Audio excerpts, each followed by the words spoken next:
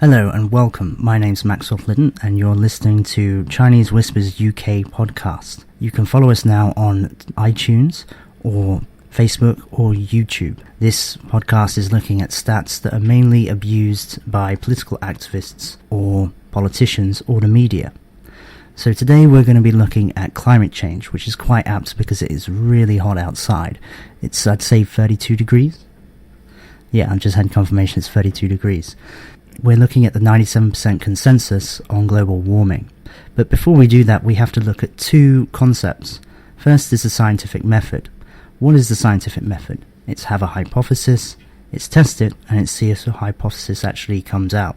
So hypothesis testing for climate change is very complex. It's more mathematical modelling. And for those of you who aren't really aware of what mathematical modelling is, it's having a key base of assumptions. It's devising a mathematical model, it's testing the assumptions, and then it's going back, changing it, and then redoing the mathematical model until you can get close predictions to what the data is.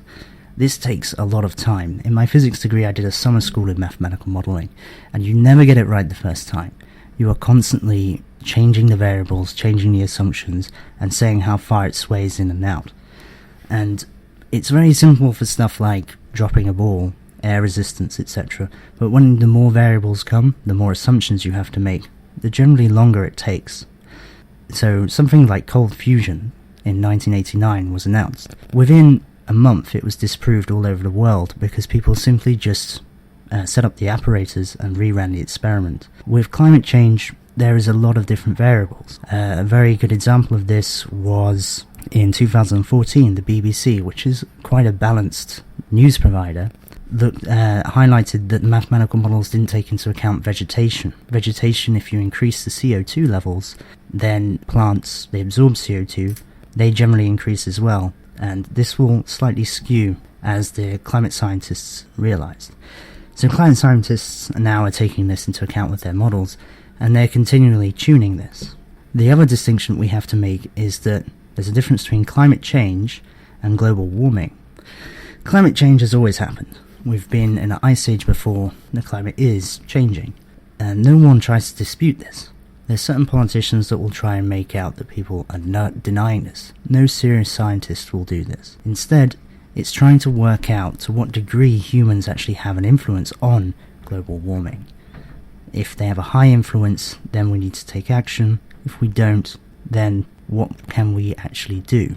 The second concept is the logical fallacy, which is appeal by authority. There seems to be a lot of confusion. I've been in debates before, I've been talking to people before, and they seem to kind of use it, both sides, in incorrect areas.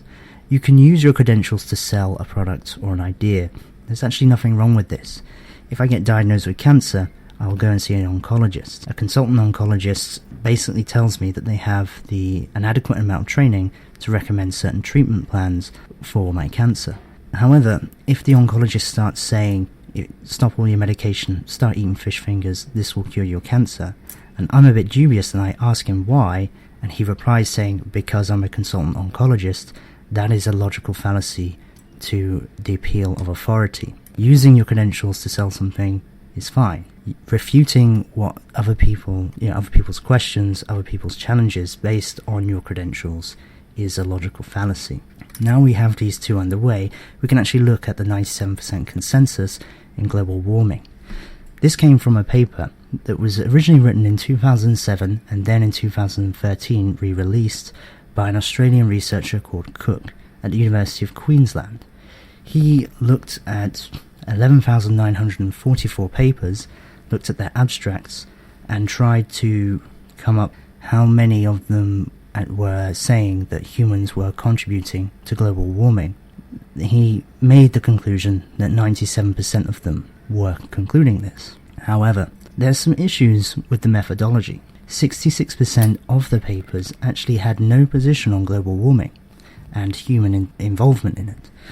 This is not very surprising because as climate science is very broad. Not every scientist will be looking at CO2 levels and rising temperatures and trying to work out if humans are impacting this or not.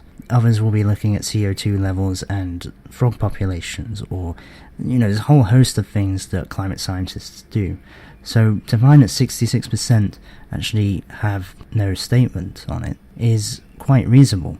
However, what Cook didn't do is he didn't try and quantify how many in that 66% weren't actually looking at it at all, and how many were trying to look at it and said, no, we can't have any definitive answers on whether humans are causing climate change or not. There was also an issue with whether the papers were being truly represented.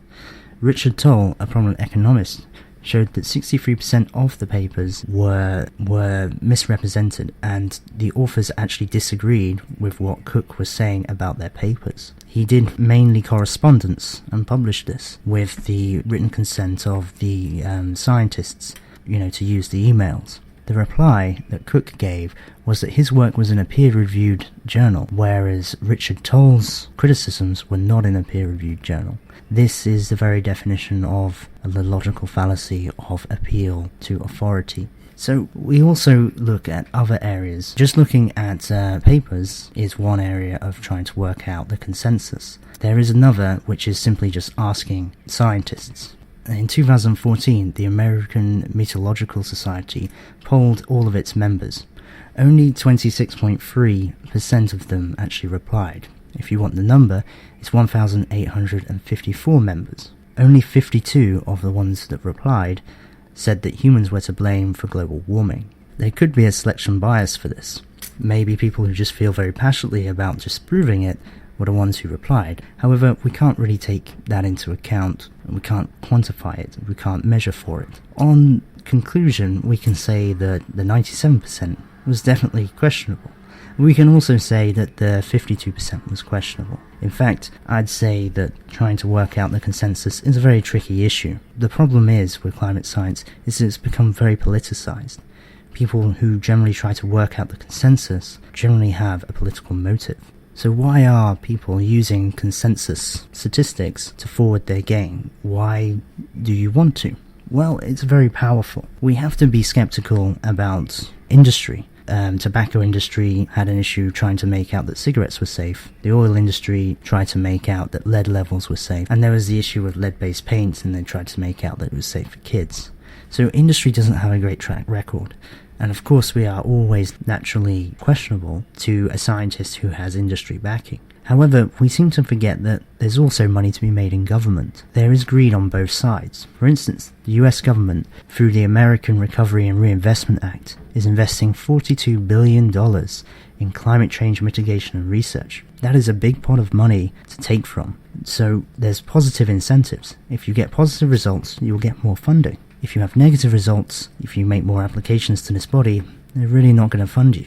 This gives a financial incentive for people to say that humans are directly imposing on climate change. There's also the issue of looking at the dissenters. Climate scientists who generally oppose are usually retired and do not have careers or future funding jeopardized. You can look at this in two ways. You can either speculate that there's bullying, or you can say that these people just haven't read the latest science because they're retired. Both are pretty adequate there. I wouldn't exactly say that somebody who takes one side over the other is being irrational. So we have to make point. All we're looking at is the consensus. Consensus doesn't actually mean that global warming is happening or it isn't happening and humans are not contributing or are contributing. A podcast of this length would not do justice for this. There are many smart people who have good reasons to believe that climate change is happening due to humans. And there's also many reputable people who think the other side. To see the contrast in the way this is covered, you can look up the House Committee on Science, Space and Technology and their conference in the 15th of April 2015. Dr. Curry there makes a very long statement about how there's been a manufactured consensus. There are scientists there who question her. Some are pro her view, some are also saying that humans definitely caused global warming. However, the conversation is very civilized, people taking time to talk to each other, people respecting the climate skeptics as well as the people who are saying that humans are causing global warming. However, if you go to more mainstream media, you'll find that it gets more and more biased. There is a very obvious example of this by John Oliver on his show, and he mocked a kind of argument where he got 3 people, and then he got 97 people to shout at them and said, "This is a tough debate, but we shouldn't even be having this debate anyway." Clearly, this TV presenter knows a lot more than the House committee. In keeping of this, the LA Times has refused to publish any skeptical views now on global warming. So much for a free press. And also now looking at politics. If we go to Australia, we can see that Julia Gillard imposed a carbon tax, and she used the 97% consensus as one of her major bargaining tools for this. When she was asked if her carbon tax would actually do any good and how could we measure its effects, she replied saying, "We couldn't, because countries like China are out of our control and we cannot know how much they are pumping into the environment." This is a politician's dream. The manufactured consensus has given them a strong power to use the bait and switch method, something that they're usually caught out on. So what she's managed to do is impose a tax and saying the science is very simple, there is a massive consensus, and because it's very simple, I can force this tax on you. But then when someone tries to hold her to account for how useful her tax is, she switches and says, "Oh, the science is very complex. We can't really measure because other countries like China will be pumping in CO2. Considering this, it's very obvious why politicians will love the manufactured consensus. As for you, I hope you've enjoyed this podcast, and feel free to subscribe to iTunes or Facebook or YouTube. And next time, we'll be looking at the controversial topic of the NHS. Not whether it should be privatised or not, that's for you to decide, but we should look into how much money is actually being given by the NHS to private companies. Thank you very much.